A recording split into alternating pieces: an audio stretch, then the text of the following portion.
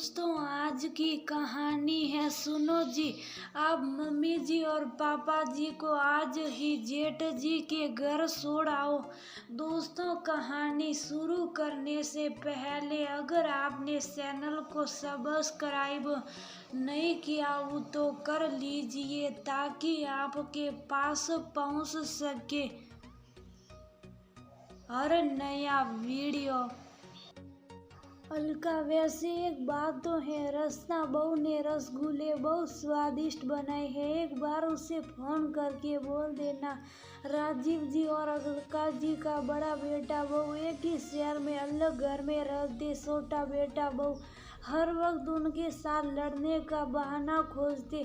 तो बड़ा बेटे नितिन ने राजीव जी से कहा, पापा घर में हर वक्त लड़ाई झगड़े का माहौल अच्छा नहीं लगता, बच्चों पर भी इसका गलत असर पड़ता है, इसलिए मैं अपने परिवार को लेकर अलग घर में रहना चाहता हूँ।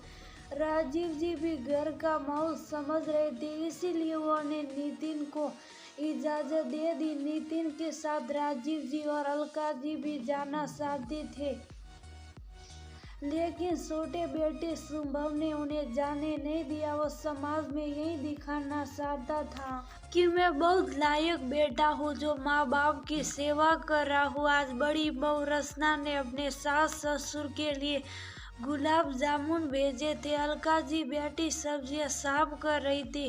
राजीव जी भी वहीं बैठ गए और गुलाब जामुन खा रहे थे और रसना बहू की तारीफ कर रहे थे कि वो गुलाब जामुन बहुत अच्छे बनाती। कह तो आप सही रहे हो, रसना बहू हर चीज दिल से बनाती हैं, इसलिए उसकी बनाई हर चीज में स्वाद भरपूर होता है। आपको तो हमेशा जेठानी जी की बनाई चीजें ही अच्छी लगती हैं, कभी मेरी बनाई चीजों की तो आप तारीफ करते नहीं।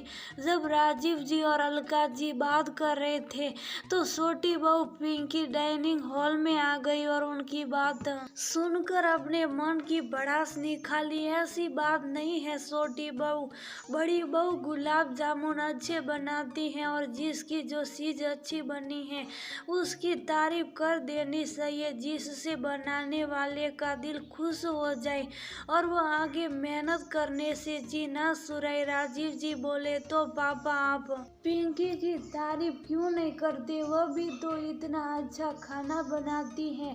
शुभम भी अब तक वहीं आ गया था। बेटा अब मेरा मुंह मत खुलवाओ, अलका जी बोली। आप कहना क्या चाहती हैं मम्मी जी? बहू ये तो तुम भी जानती हो कि तुम हम दोनों को क्या बनाकर खिलाती हो।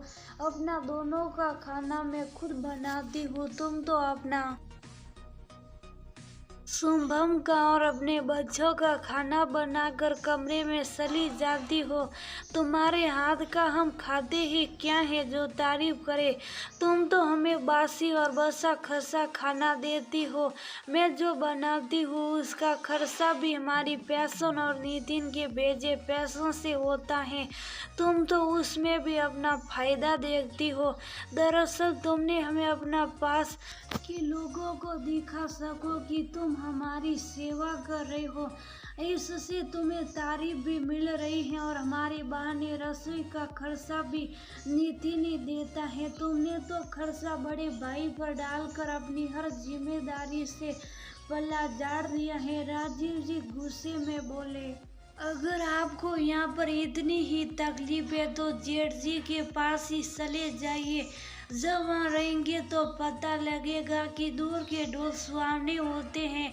एक तो सास ससुर की सेवा करो, उस पर 4 बातें भी सुनो। पिंकी बोली, हम तो आज वहाँ चले जाए, केवल शुभम की वजह से नहीं जाते।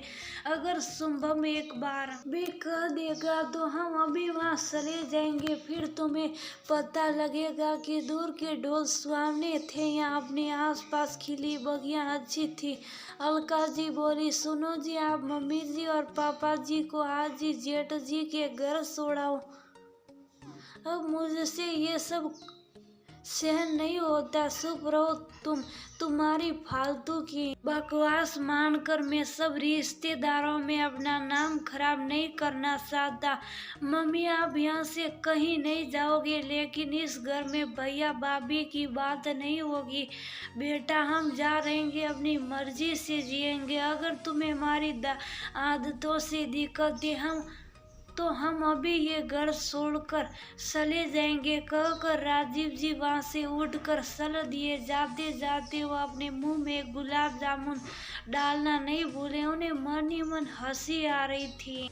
हमें अपने पास रखना भी चाहता है और हमारे ऊपर अपनी हैकड़ी भी दिखानी है। बेटा मैं भी तेरा बाप हूँ, मुझे पता है तुझे कैसे सीधा करना। तू सोच रही है कि तू सबको धोखा दे रहा, सही मायने में तो खुद को धोखा दे रहा। अलका जी राजीव जी के पीछे पीछे उठकर बाहर आ गई थी। दोनों गुलाब जामुन का मजा ले रहे थे और छोटी बहू को तड़पता देखकर खुश भी हो रहे थे। जो बहू सास ससुर की सेवा नहीं कर सकती, उसके साथ ऐसा ही हो।